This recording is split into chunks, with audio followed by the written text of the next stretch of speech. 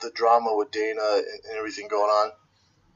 Well, this came from Stylebender posted a video which apparently he got misinformation and he thought I was talking about him, which I clearly wasn't. And made a comment, and then Dana chimes in on there.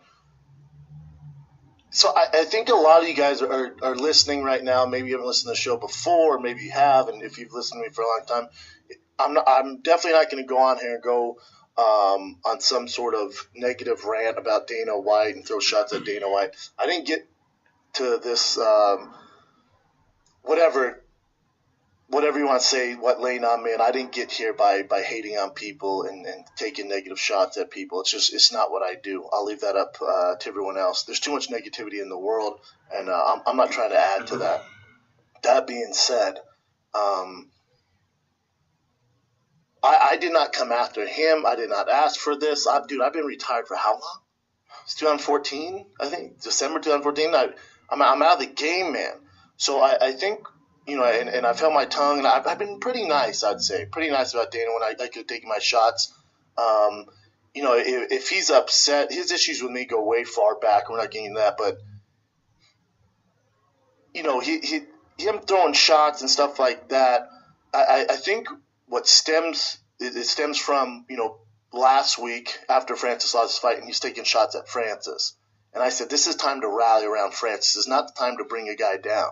And I said, I can't understand why he does this to fighters. He's notoriously done this for years and years and years, where he just talks shit about the guys. And they're not doing well, man. Those guys just lost the biggest fight of their lives. They're going to have to pay. And they're not feeling good about themselves. And then the boss, who you're looking for any amount of approval, and it will go so far. You're the captain of the ship. When you're shitting on all the employees on the ship, it doesn't make people feel good. When you try to lead by fear, it doesn't work, man.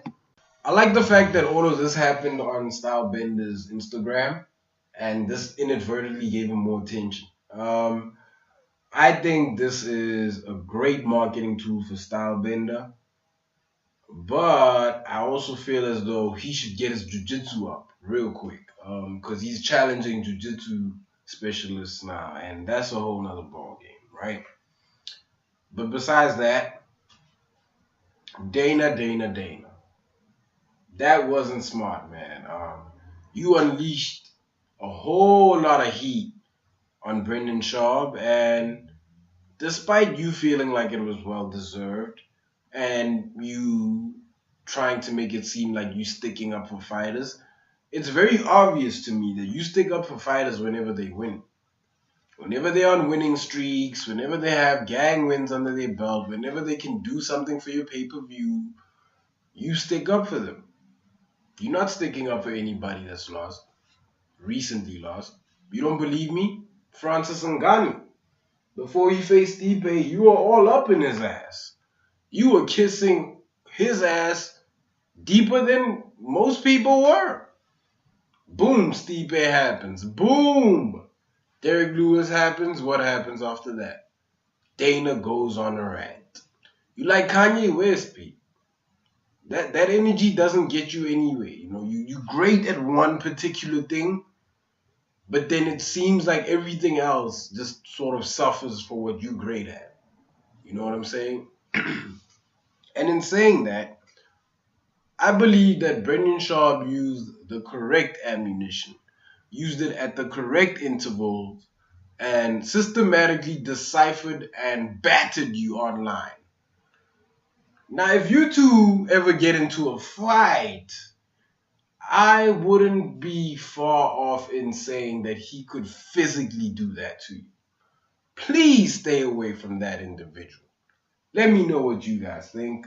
Like, comment, subscribe, and I am out. See that?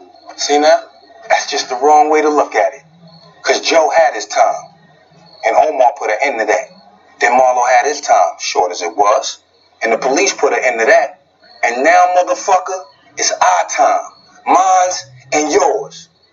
But instead of just shutting up and kicking in, you're going to stand there crying that back in the day shit. Jeez. There ain't no back in the day, nigga. Ain't no nostalgia to this shit here. There's just the street and the game and what happened here today. Right.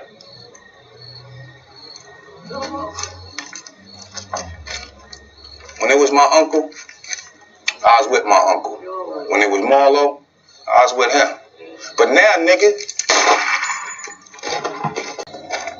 what the fuck you do that for? Now we short the 9. That was for Joe.